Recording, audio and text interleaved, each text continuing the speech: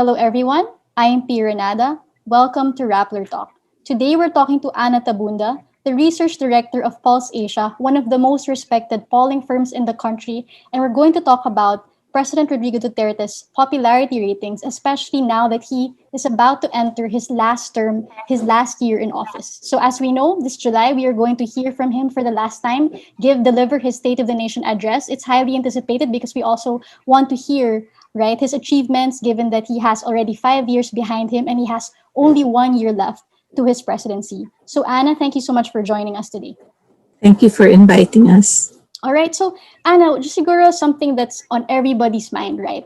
We've seen a very turbulent 5 years under the Duterte administration, from the drug war, which led to very controversial headlines for the president, to 2020 and 2019, where we saw the pandemic really test this government's leadership and its response to such a health crisis. So, siguro one thing that astounded a lot of observers, right, was that Pulse Asia released a survey October last year showing that 9 out of 10 Filipinos approved of the Duterte administration's response to the pandemic. And for some people, it was surprising because just looking at the absolute figures, right, where we had a severely hit economy due to very strict lockdowns, but at the same time, we saw uncontrolled transmissions of COVID-19 despite that strict lockdown. People were thinking, how can President Duterte possibly survive in terms of popularity? So, siguro just your quick take on that. Like, what would you say, seeing these months play out, the pandemic response play out, why would you say Filipinos still approve of the president's response to the pandemic?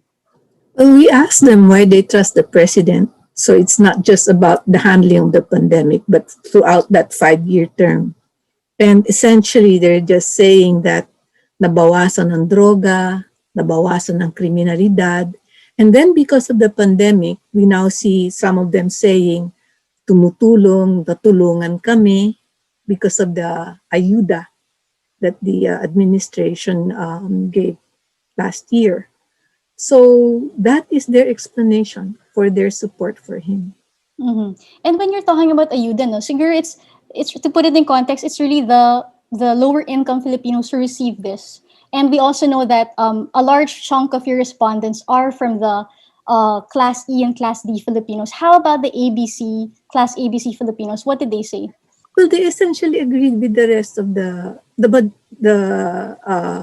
class D and E. They also approved because we were getting 91% approval, 91% trust. So there were also some class ABC there. And what did you see? Looking at the data, siguro when you first took a look at the responses of the respondents, what were your first thoughts as a pollster? We were also surprised that it was high, considering that the economy was severely hit. And we knew that a lot of people lost their jobs and a lot could not go to their jobs every day. They were being staggered, they were being put in shifts. So we were also surprised. Mm-hmm. I've also read some analysis by some observers, like for example, si veteran journalist Luis Teodoro was citing a possible fear factor as a possible reason why Filipinos overwhelmingly still approve of the president. Do you think there is basis to think this way, that maybe people are just scared, that's why they just say yes, we trust the president, or yes, we approve his response to the pandemic? In your methodology, do you think there's any room for this fear factor? Well, we thought the same way during the start in 2016 because we were thinking that because of the drug war, the violence of it, there would be less, we're getting lower approval ratings for him. But when we observed, we sent our people to observe field interviews. There was no evidence of fear factor.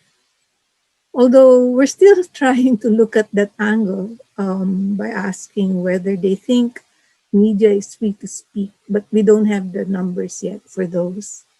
So we're still looking at it if it's possible that there is a fear factor. But from what we have been observing, we weren't seeing any evidence of it. So what was the evidence you're mentioning that persuaded you that maybe fear factor isn't actually happening, isn't Because consideration?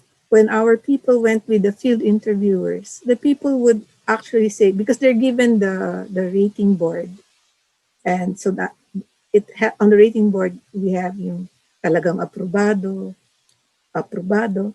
They would put, dito to, dito ito, talagang aprobado. So it was voluntary. And so that's what we have been observing.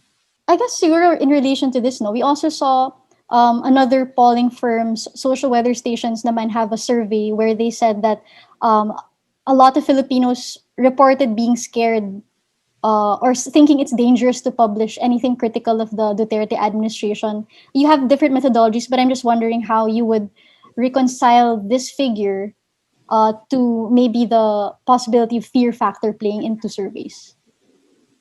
Well, it's possible there's fear factor. We're just not seeing it when we're going out into the field. It's Mm-hmm. possible they fear giving negative comments. But when we do ask them why they trust this president, they do have their reasons. They give their reasons. Nasabi mo nga, Anna, that you were saying that because people feel na natulungan naman sila during the pandemic, right? Like kahit pa paano naman may ayuda, kahit 1,000 or 2,000, but they receive something. And I guess to a Filipino, maybe someone who expected something worse, a worse outcome, given the pandemic was so scary, especially at first. Are you saying that, kumbaga parang Filipinos felt that despite, I mean, I'm wondering lang if Filipinos, like respondents, a majority of them, saw naman the reports about the economy declining and jobs, people losing their jobs. Do you think that affected in any way their assessment of the pandemic response, even if they received some sort of aid?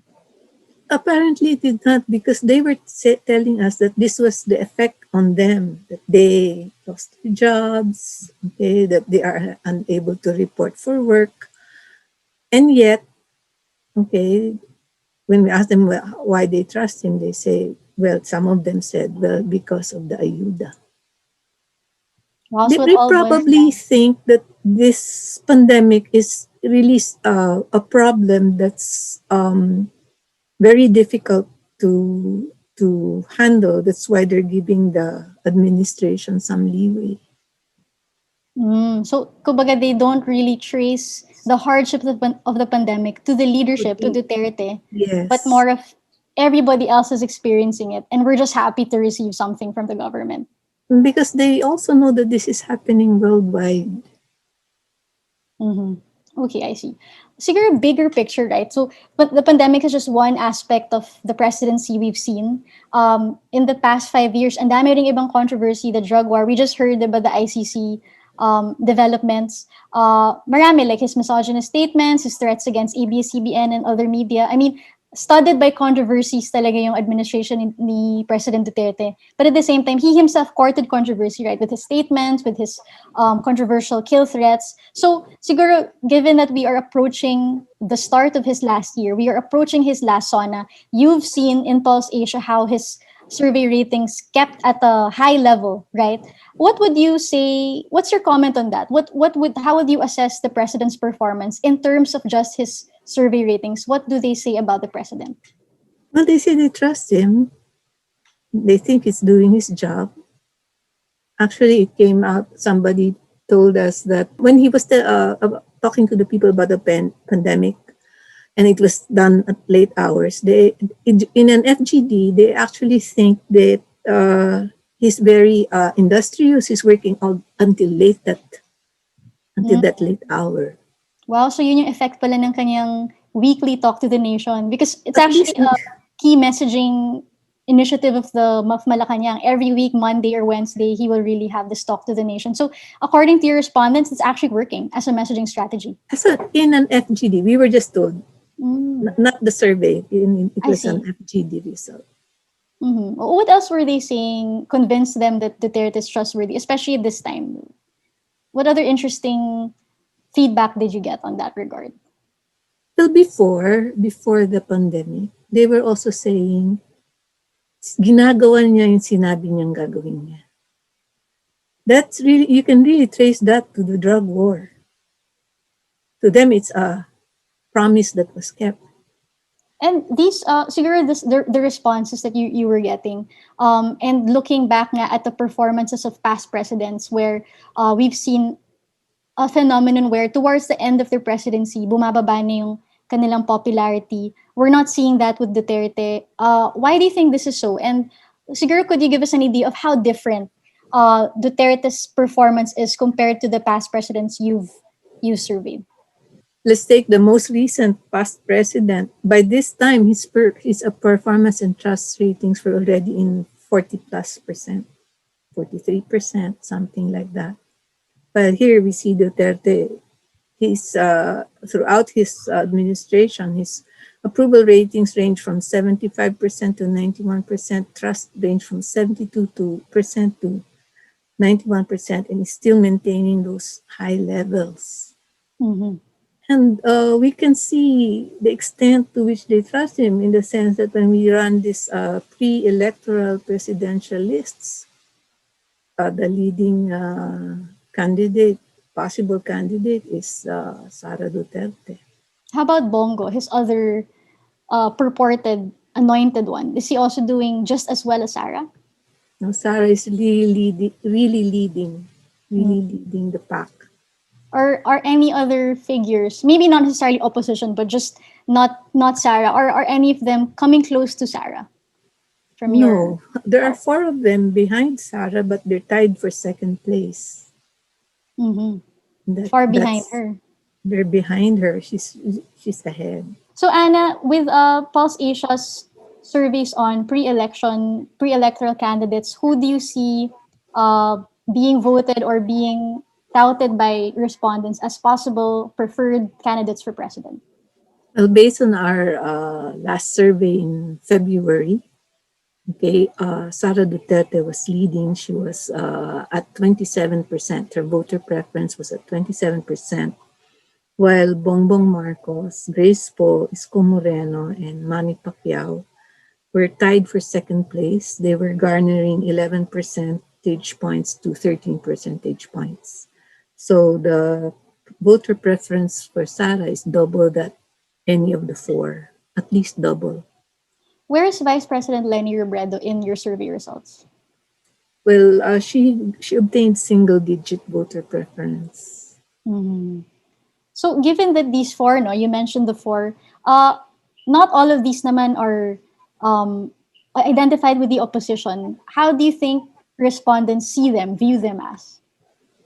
Well, I don't. They are, yes. They're not viewed as being part of the opposition. Grace Poe and Isko Moreno, Bongbong Marcos also, especially Manny Pacquiao. But for Grace Poe and Isko Moreno, they're also not viewed as being part of the administration. Mm-hmm.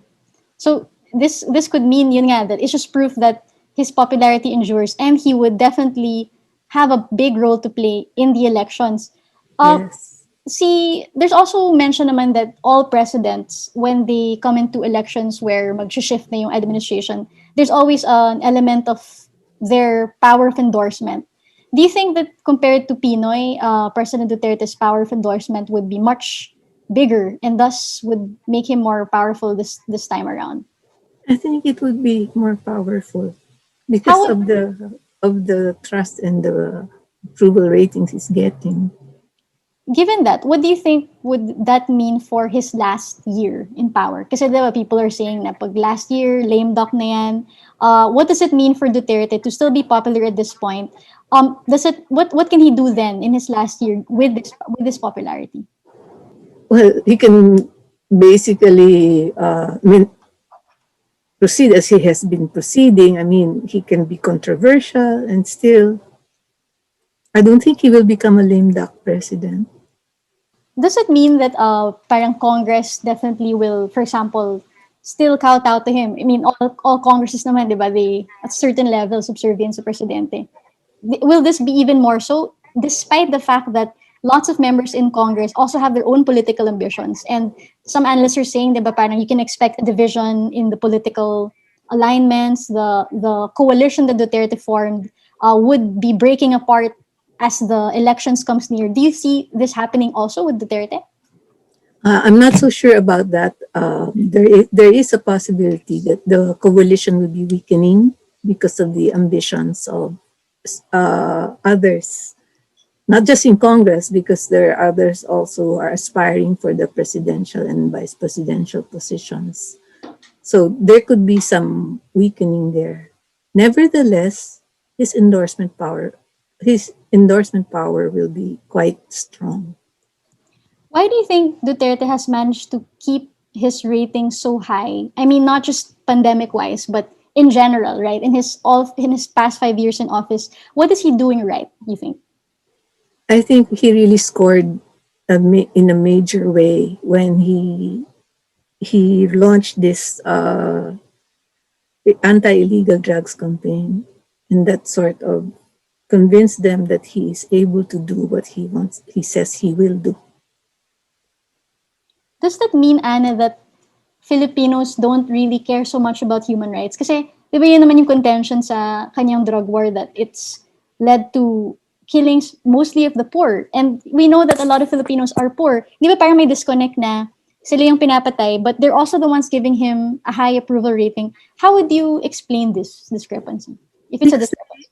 those, you see, they're all, most of them are poor, yes, and in a poor community, the drug addicts would be the minority. They would not um, be forming a large proportion of the population there, but they happen to affect the level of criminality in the communities. So when the anti-illegal drug campaign was ongoing, the criminality was reduced, and those who don't have relatives who are drug addicts, who are also in those communities, actually felt relieved. So I think that is the reason, even though it seems like there's a disconnect. But yes, maybe they didn't see it in terms of human rights violations. They probably viewed drug addicts as being against the law. Of course, due process indicates that there should be a way to handle that and not just, a killing spree.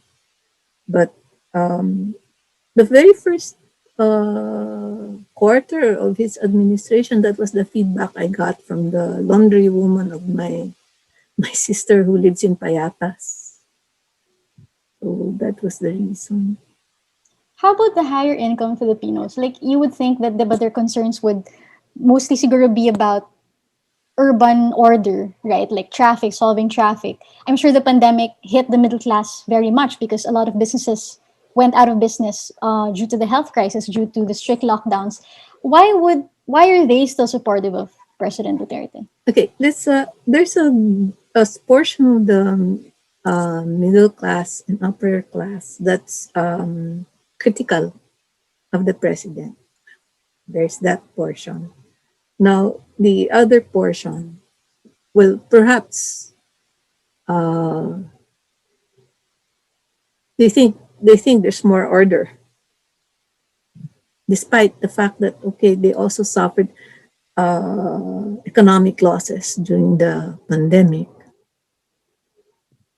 Again, the problem with the pandemic is it's viewed as something that's just too huge, okay, and it's worldwide. That they're giving the administration. I think they're giving the administration some slack. Mhm. I was speaking to Cleve Arguelles. He's a political analyst with the De La Salle University, and he was saying that it's possible that the pandemic even bolstered President Duterte's ratings. In fact, it might have kumbaga, reaffirmed his mandate for a lot of Filipinos because populist leaders daw like him tend to thrive in emergency situations like this. Does that reflect, you think, in the surveys you've seen and maybe the respondents you've heard from this thinking? Well, since he maintained his ratings, I don't think it was bolstered. It just stayed high. Mm. So it just kept him afloat. It didn't hurt him, but Yes, neither did naman it I bring think him to new levels. Yes. So moving towards elections, right? So 2022 is near, very near. In fact, it's around the corner. People are already announcing their political shifts and realignments.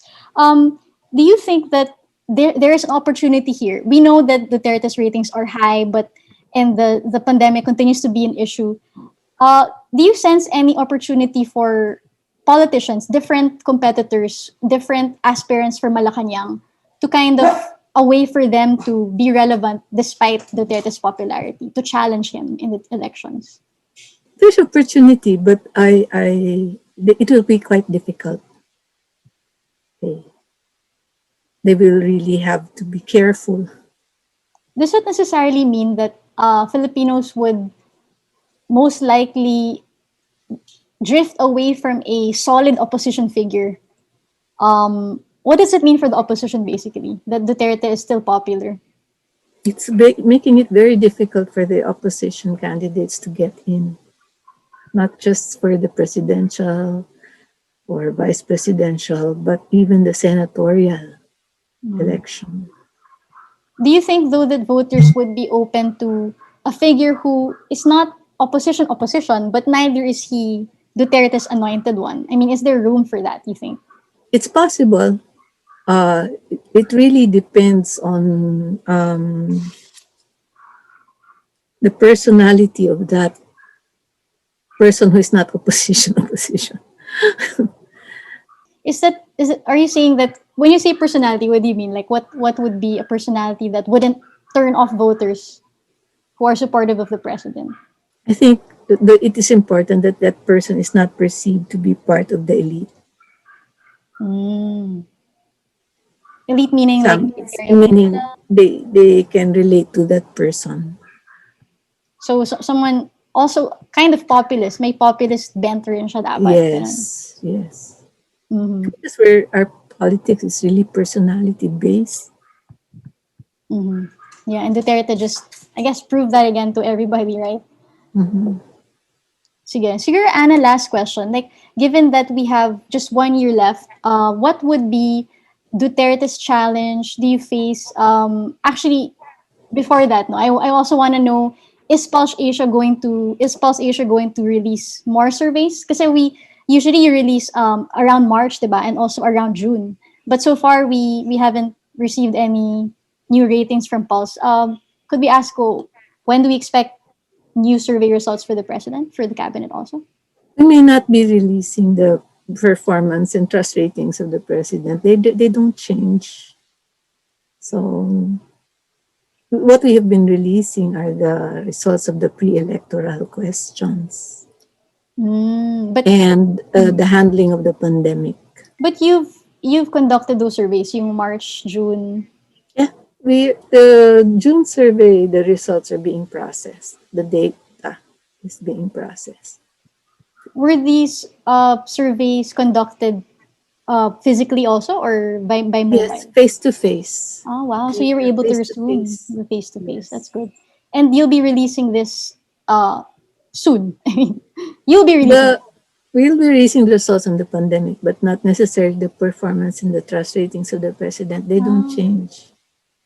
they don't change. So you're saying, but I mean, whether or not they change, wouldn't the public want to know also? We have not released recently. Mm. Why though? What's the rationale behind the decision? They're not changing. So safe to say he's still maintaining those high It's ratings. maintaining those, yes. All right. Okay. Yeah. So now I will go to my last question. With the year ahead, what do you think is the challenge for Duterte? What could it? Do you still see him maintaining those high standard, those high survey ratings, or do you think elections, and even the recent ICC developments, right? Yung ICC prosecutors' decision to request for authority to conduct an investigation. Do you think this could affect his rating still? I don't think the ICC will be the developments with the ICC will be able to affect his ratings. I think he will continue to maintain those high ratings. So, in terms of ratings, he will just be able to proceed as before, even if it's already last year. But because of the elections, it's possible that the coalition will be weakening. Okay, a coalition among the president's men could be weakening, but the president himself will continue to be highly regarded. And what does this mean for Filipino voters, you think? Well, some of them will be taking his endorsement into account. That's for sure. The others, it will depend on who the candidates are. Given that Duterte has defied so many patterns, the usual trends that we see in surveys, how do you think he has changed the democratic landscape or the political landscape in the Philippines? Well, we have a strong man here. just the just look at the shutting down of ABS. That's the change. That's a big change. You don't see the likelihood of, for example, a Biden turnaround happening kasi people are saying, oh, sa US, they rejected the Trumpism because Biden naman ended up winning. Even if Trump continued to make a good performance in elections, still Biden won. You don't see that happening in the Philippines. Not necessarily, no. Okay, all right. Thank you, Anna, for those Thank you. insights. It was Okay. we're all watching and waiting. Given that the last year, lots of things can happen. I mean, elections is always an exciting activity for Filipinos who love to vote, diba, for their president and vice president. So again, thank you, Anna, for joining us. To our viewers, thank you for watching Rappler Talk. Again, I'm Pierre Nada. Thanks for watching.